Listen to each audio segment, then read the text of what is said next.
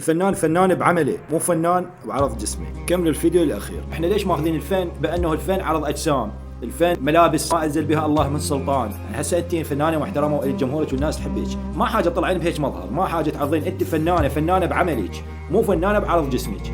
وما يصير هيك. فنانين لا عندهم ذوق واخلاق، مشاهيرنا اللي يغنون ما عندهم ذوق. طبعا البعض مو الكل، ما خص لو خليه قلبه، بعض منهم. لازم واحد يكون محترم، لازم واحد يحترم مهنته على الاقل. ما يصير هيك. انت اليوم صاحبة رساله، زين شنو رسالتك من هذا؟ رسالتك تعر؟ هسه يقولوا لي والله حريه شخصيه. لا، مو حريه شخصيه، الحريه الشخصيه مو هيك، لان هاي هم اساءه للذوق العام بصراحه. انا ليش دائما يعني نذب اللوم على صناع المحتوى البعض منهم ونقول والله اساء للذوق العام؟ طيب هاي هم ساءت للذوق العام. ترى ماكو بالفن هيك، الفن هو اخلاق، فن له حرمته. ما يكون يعني الفنان يكون محترم، هو صاحب رساله. قلت لكم يعني اليوم انا خرب رسالتي بانه اطلع بملابس هيك، الله يرضاها محمد. عمي انا وين الانفتاح؟ والله وين الانفتاح، بس مو هيك. الانفتاح يكون باخلاق، الانفتاح يكون بقوانين رب العالمين. مو هيك الانفتاح، هذا مو انفتاح، هذا كله فس. يعني هسه انتم جاي تتابعوني، انتم راضين بهذا الملبوس؟ زين راضين، اوكي راضين، خلينا نقول راضين. هسه جاي تغلوا؟ لا خلاص، ما دام دخل بموضوع القضيه ساءت للذوق العام.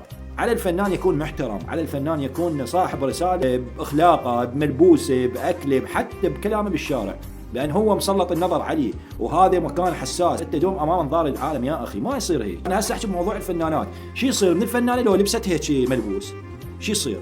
زين هم كشخه وعلى قولتنا، وهم ذوق حلو، وهم ما بي اساءه، وهم ملامح جسمها ما طالعه على الاقل. يعني شوف هذا ملبوس محترم لو لا؟